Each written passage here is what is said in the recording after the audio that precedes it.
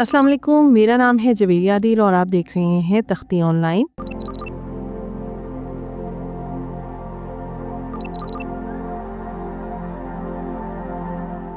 इन दिनों social media और बहुत से टीवी चैनल्स पर एक खबर तेजी से गर्दिश कर रही है कि एक ऐसी कंपनी भेड़ियों की एक ऐसी किस्म को जमीन पर वापस ले आई है जो आज से 10,000 साल पहले मुकम्मल तौर पर एक्सटिंक्ट यानी मादूम हो गई थी। इस कंपनी का दावा है कि ये अब तक की पहली डी एक्सटिंक्शन है, यानी पहली बार जानवरों की किसी मादूम स्पीशी को वापस लाया गया है। भेड़ियों की जिस किस्म को वापस लाने का दावा किया जा रहा है इसका नाम डायर वुल्फ है। याद रहे कि भेड़ियों की इसी किस्म को मशहूर ज़माना सीरीज गेम ऑफ थ्रोन्स में भी दिखाया गया है। जिस कंपनी ने नापैद हो चुके भेड़ियों को वापस लाने का दावा किया है इसका नाम कोलोसल बायोसाइंसेज है। इस कंपनी की तरफ से किए गए दावों की बुनियाद चूंकि साइंस पर है तो हमारे लिए ये वीडियो बनाना जरूरी हो गया था ताकि ये मालूम किया जा सके कि आया ये कंपनी जो दावा कर रही है वो दुरुस्त भी है या नहीं। ये पहली बार नहीं है जब कोलोसल बायोसाइंसेज की तरफ से ऐसा कोई दावा सामने आया है, क्योंकि इससे पहले भी इस कंपनी ने वुली माइस को दुनिया में लाने का दावा किया था। तब इस कंपनी की तरफ से ये कहा गया था कि ये एक ऐसा चूहा है जिसके अंदर ऐसे जीन्स मौजूद हैं जो हजारों साल पहले एक्सटिंक्ट होने वाले हाथियों की एक किस्म मैमूथ से लिए गए हैं। दरअसल ये कंपनी एक अरसे से इस कोशिश में मसरूफ है कि किसी न किसी तरह से एक्सटिंक्ट हुए जानवरों को फिर से जमीन पर वापस लाया जा सके। अगर आपने मशहूर ज़माना फिल्म जुरासिक पार्क का कोई भी पार्ट देखा है तो आप इस वीडियो को अच्छे से समझ जाएंगे, क्योंकि कोलोसल बायोसाइंसेज भी इसी कोशिश में मसरूफ है कि एक्सटिंक्ट हुए जानवरों को वापस लाया जा सके। लेकिन ये कंपनी जानवरों को वापस लाने की कोशिश कर रही है जो आज से 10 से 20,000 साल पहले तक जमीन पर मौजूद थे। आज के वीडियो में हम डायर वुल्फ के बारे में बात करेंगे और ये जानने की कोशिश करेंगे कि आया वाकई कोलोसल बायोसाइंसेज जो दावे कर रही है वो ठीक है या नहीं। हम ये भी जानेंगे कि जो पपीज कोलोसल बायोसाइंसेज ने पैदा करवाए हैं इनके पीछे की साइंस क्या है। सबसे पहली और मुख्तसर बात यह है कि जो पपीज इस कंपनी की तरफ से पैदा करवाए गए हैं वो डायर वुल्फ नहीं है। आप सोच रहे होंगे कि फिर ये पपीज आखिर हैं क्या? इस सवाल का जवाब वीडियो में आगे चलकर दिया जाएगा, क्योंकि आगे चलकर हम इस सारे साइंसी अमल के बारे में बात करने वाले हैं जिससे गुजरकर उन पपीज ने जन्म लिया जिनकी वीडियो और तस्वीर सोशल मीडिया और मुख्तलिफ चैनल्स की जीनत बनी हुई है।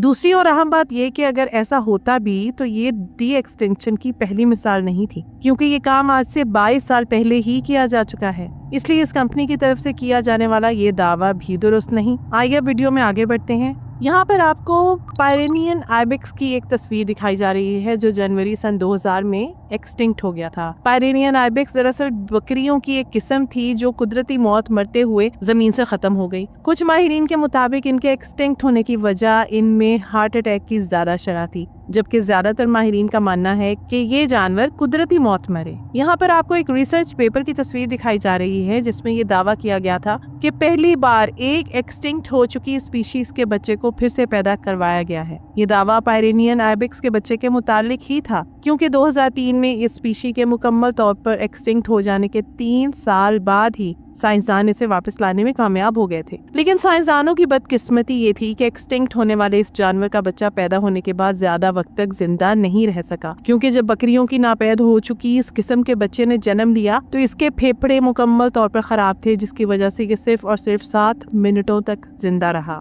अगरचे इसके बाद फिर कभी पायरेनियन आइबेक्स को वापस लाने की कोशिश नहीं की गई, मगर फिर भी पहली कोशिश में पैदा होने वाला बच्चा दरअसल पहला डी एक्सटिंक्ट जानवर था। इसलिए कोलोसल बायोसाइंसेज का ये दावा हरगिज दुरुस्त नहीं कि पहली बार एक नापैद हो चुकी स्पीशी को जमीन पर वापस लाया गया है। आइए अब ये जानते हैं कि फिर कोलोसल बायोसाइंसेज की तरफ से क्या कारनामा सर अंजाम दिया गया जिसकी वजह से इन पपीज ने जन्म लिया, जिनकी वीडियोस सोशल मीडिया पर गर्दिश कर रही हैं और इन्हें डायर वुल्फ करार दिया जा रहा है। कोलोसल बायोसाइंसेज ने दर हकीकत बहुत पहले मरने वाले 2 डायर वुल्फ से डीएनए के सैंपल निकाले। इन भेड़ियों में से एक के फॉसिल्स को ओहायो में दरियाफ्त किया गया। माहिरीन के मुताबिक इस भेड़िए की मौत आज से 13,000 साल पहले हुई थी, जबकि दूसरे के फॉसिल्स को आइडाहो से दरियाफ्त किया गया और माहिरीन के मुताबिक इस भेड़िए के फॉसिल्स 72,000 साल पुराने थे। डीएनए के इन दोनों सैंपल्स की मदद से साइंसदानों ने एक पार्शियल डीएनए बनाया जिसे सीक्वेंस में लाने के बाद मुख्तलिफ स्पीशीज से कंपेयर किया गया। अब साइंसदानों ने इस भेड़िए की मुख्तलिफ करीबी रिश्तेदार स्पीशीज को तलाश करना शुरू किया ताकि इन्हें इस्तेमाल किया जा सके।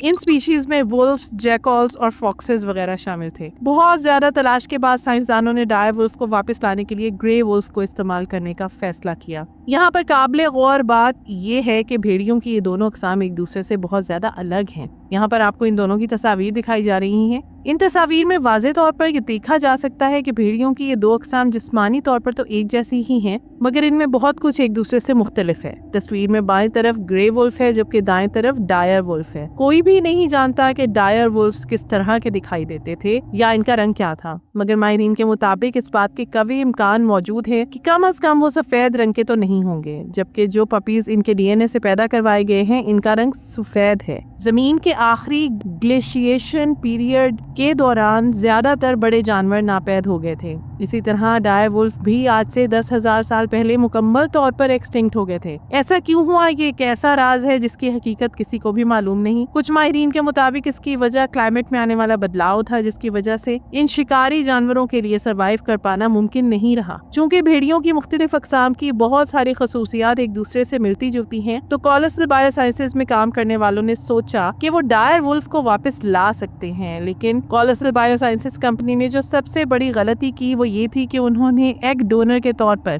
ग्रे वुल्फ का इस्तेमाल किया। चूँकि रिसर्चर्स को बच्चा पैदा करवाने के लिए किसी न किसी जानवर के एग को इस्तेमाल करना था, तो उन्होंने ग्रे वुल्फ को चुना। बहुत पहले इन दोनों स्पीशीज पर एक रिसर्च की जा चुकी है, जिसका लिंक वीडियो के डिस्क्रिप्शन में डाल दिया गया है। इस रिसर्च ने ये बात वाज़ेह की थी कि डायर वुल्फ और ग्रे वुल्फ ना सिर्फ दो अलग अलग स्पीशीज हैं, बल्कि इनके दरमियान बहुत ज्यादा फर्क पाया जाता है। यहाँ पर आपको एक और दिलचस्प बात बताते चले कि जिस वक्त डायर वुल्फ मौजूद थे, तो तब भी ये बाकी भेड़ियों से बिल्कुल अलग थे। ज्यादातर माहिरीन के मुताबिक तो ये जानवरों की एक अलग ही स्पीशी थी, जिससे किसी भी किस्म के जीन्स भेड़ियों की दूसरी अक़साम में मुंतकिल नहीं हुए। यानी अगर आसान अल्फाज में बयान किया जाए तो एक ग्रे वुल्फ का मुवाजना डायर वुल्फ से करना बिल्कुल वैसे ही है जैसे इंसानों का मुवाजना चिंपैंजियों से किया जाए। डायर वुल्फ देखने में कुछ अफ्रीकी गीदड़ों की तरह दिखाई देते थे, मगर इनके साथ भी इनकी मुमासलत महज जिस्मानी थी, क्योंकि ये जानवरों की एक अलग ही स्पीशी माने जाते थे। चूँकि अब हम जान चुके हैं कि डायर वुल्फ और ग्रे वुल्फ्स एक दूसरे से अलग स्पीशी हैं, इसलिए कॉलोसल बायोसाइंसेज ने ग्रे वुल्फ्स के अंडों को इस्तेमाल करके ग्रे वुल्फ्स ही को जन्म दिया है, जो पहले से मुख्तलिफ खसूसियात रखते हैं।